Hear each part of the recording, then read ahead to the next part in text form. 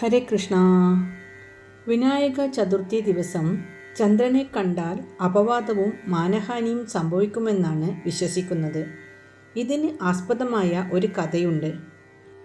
ഒരിക്കൽ നാരദ മഹർഷി ശുക്ലപക്ഷ ചതുർത്ഥി ദിനത്തിൽ കൈലാസത്തിലെത്തി.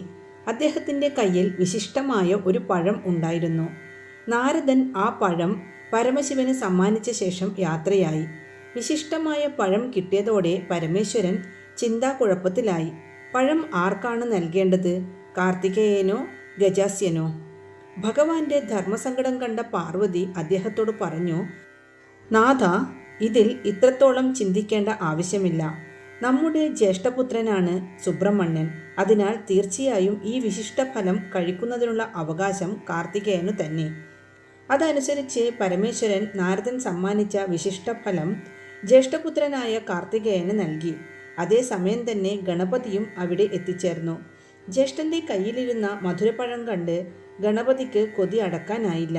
അദ്ദേഹം പഴത്തിൽ കൊതിയോടെ നോക്കിയ ശേഷം തനിക്കും പഴം വേണമെന്ന് ആവശ്യപ്പെട്ടു. പരമേശ്വരൻ വിഷമിച്ചുപോയി.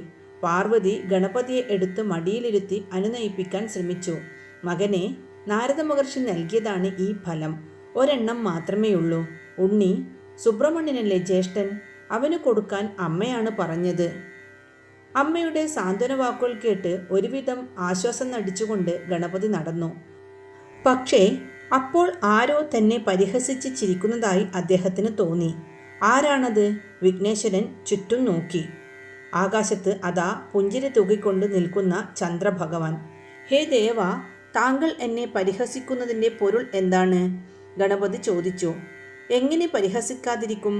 താങ്കളെ വിഡ്ഢിയാക്കാൻ ഉമാമഹേശ്വരന്മാർക്ക് എത്ര വേഗം സാധിച്ചിരിക്കുന്നു. നാരദൻ ഇപ്പോൾ സമ്മാനിച്ച വിശിഷ്ടഫലം പിന്നീടൊരിക്കൽ ലഭിക്കുമെന്ന് കരുതിയ താങ്കൾ ശരിക്കും വിഡ്ഢി തന്നെ.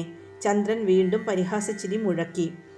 ഗണപതി ക്രുദ്ധനായി മാറി. അദ്ദേഹം ചന്ദ്രഭഗവാന് നേരെ വിരൽ ചൂണ്ടിക്കൊണ്ട് ശപിച്ചു.